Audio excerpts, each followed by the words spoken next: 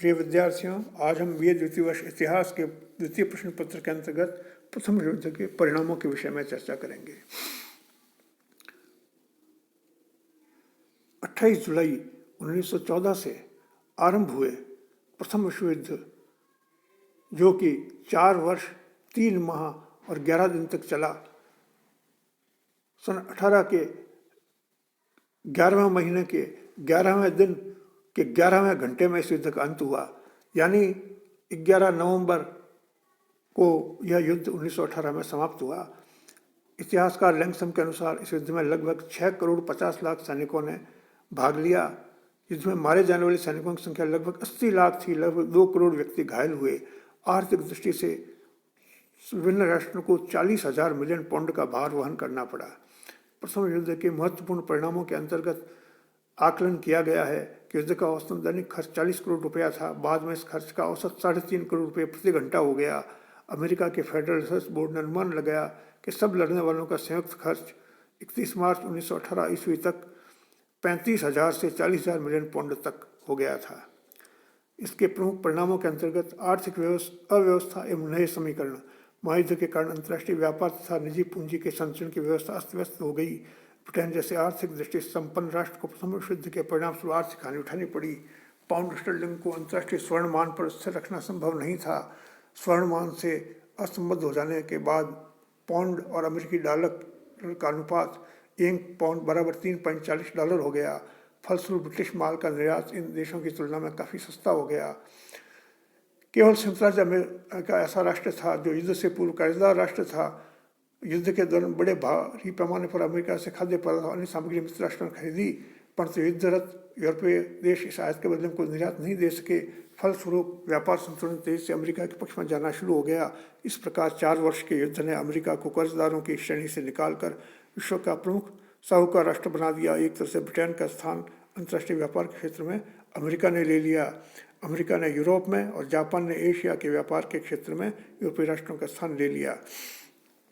प्रथम महायुद्ध में राष्ट्र द्वारा $186 बिलियन खर्च कर दिए गए थे।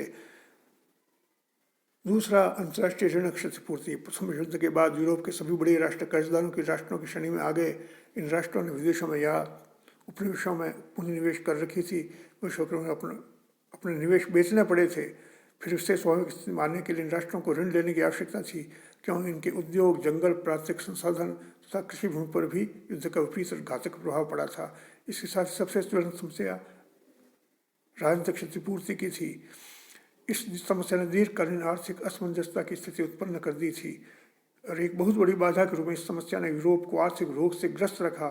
आवश्यकता थी एक लचीले सिद्धांत को अपनाने की, जिससे वस्तुओं का व्यापार हो और आदान प्रदान से आर्थिक सुधार हो जाए। युद्ध जनित अर्थतंत्र के अंतर्गत जर्मनी में इस महायुद्ध के दौरान अनूठा प्रयोग आर्थिक प्रबंधन के क्षेत्र में किया गया। जर्मनी घोर आर्थिक आपदा के दौर से गुजर रहा था। 1916 में ब्रिटेन द्वारा लगाए गए आर्थिक व्यापारिक प्रतिबंध के फलस्वरूप जर्मन जनता को कष्ट उठाना पड़ रहा था। ऐसे में वाल्टर रथेनाउ ने स्थिति से मुकाबला करने के लिए ऐसी युद्ध कंपनियों का गठन किया जिनके नेतृत्व में अनुपयोगी व्यापारिक प्रतियोगिता समाप्त करने और राष्ट्र के लिए हितकारी प्रयोगों को प्रोत्साहन दिया जा सके। तदनुसार मूल्यों पर नियंत्रण और आवश्यक वस्तुओं की राशनिंग पद्धति को अपनाया गया। वैज्ञानिकों को प्रोत्साहित किया गया ताकि वे उन वस्तुओं और रसायनों को विकल्प ढूंढ निकालें जिनका जर्मनी में प्रवेश निषिद्ध था। रथेनाउ ने बिस्मार्क तरह सभी सेवाओं को राज्य के अधीन कर दिया और एक अद्भुत प्रणाली को जन्म दिया। इसी प्रणाली को लेनिन ने रूस में अपनाया था। इसे युद्ध जनित समाजवाद भी कहा जा सकता है। इसी क्रम में स्त्रियों की प्रथम महायुद्ध में बेहतर भूमिका स्पष्ट हुई। प्रथम विश्व युद्ध के 4 वर्षों के दौरान ज़्यादा से ज़्यादा पुरुषों की आवश्यकता युद्ध क्षेत्र में होती थी। युद्ध जनित परिस्थिति में स्त्रियों की परंपरागत भूमिका के अलावा समाज में अपेक्षा की जाने लगी, तो वे फैक्ट्रियों, दुकानों और वर्कशॉपों में कार्य करना उन्होंने शुरू कर दिया। वे उन कार्यों को भी करने लगी जिन्हें अब तक पुरुष वर्ग करता था। इसके बाद हर राष्ट्र में स्त्रियों को ज़्यादा प्रतिनिधित्व अधिकार दिए जाने की बात उठने लगी। राजतंत्रों का पराभव। यूरोप में अधिकांश राजतंत्र प्रथम विश्व युद्ध के बाद समाप्त हो गए। इसी प्रकार समाज में कुछ वर्गों के विशेष अधिकार की बात समाप्त हो गई। समानता और समान अवसर को महत्व देना आवश्यक हो गया। रूस में साम्यवादी प्रयोग के सफल होने से यूरोप के अधिकांश राष्ट्र चिंतित हुए और साम्यवाद का प्रभाव बढ़ने लगा। अंतर्राष्ट्रीय विश्व संस्थाओं की आवश्यकता महसूस की जाने लगी। विश्व में व्याप्त सामाजिक समस्याओं का हल भी ढूंढने का प्रयास किया गया। इस उद्देश्य से राष्ट्र संघ या लीग ऑफ नेशंस का गठन किया गया। वैज्ञानिक प्रयोग बढ़ गए, यदि प्रथम विश्व युद्ध के अंतराल में केवल उन प्रयोगों को प्रोत्साहन मिला जिनसे अस्त्र शस्त्र निर्मित हों जो शत्रु को अधिकाधिक नुकसान पहुंचा सकें, किंतु अप्रत्यक्ष रूप से ऐसे आविष्कार भी हुए जिनसे मानव जाति को लाभ मिला। बेरोजगारी, युद्ध से लौटने पर शांतिकाल के समय सैनिकों के लिए कोई कार्य नहीं था। बिगड़ी हुई आर्थिक दशा भी इसके लिए उत्तरदायी थी। भारी संख्या में सैनिक असंतुष्ट हुए और उन्होंने ऐसे नेताओं को समर्थन देना आरंभ किया जो उन्हें समाज में उचित सम्मान दिलवाएं और रोजगार की व्यवस्था करने का दावा करते हों। इटली और जर्मनी में सैनिकों में व्याप्त असंतोष का राजनीतिक लाभ उठाया। नैतिक पतन, समाज के अंदर अर्थव्यवस्था बिगड़ने के कारण नैतिक पतन हो गया। येन केन प्रकारेण देह व्यापार और अन्य शारीरिक शोषण के द्वारा धन कमाने की चेष्टा की गई। इसके लिए वेश्यावृत्ति दलालों का बाहुल्य हो गया और यूरोप का नैतिक पतन हो गया। निष्कर्षतः प्रथम विश्व युद्ध के परिणाम दूरगामी सिद्ध हुए।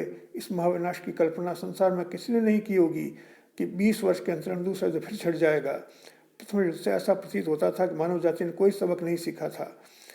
प्रथम विश्व युद्ध दरअसल 20 वर्ष का युद्ध विराम था। इस कथन की सार्थकता कालांतर में सिद्ध हो गई। प्रिय विद्यार्थियों, आज की वीडियो में इतना ही। धन्यवाद।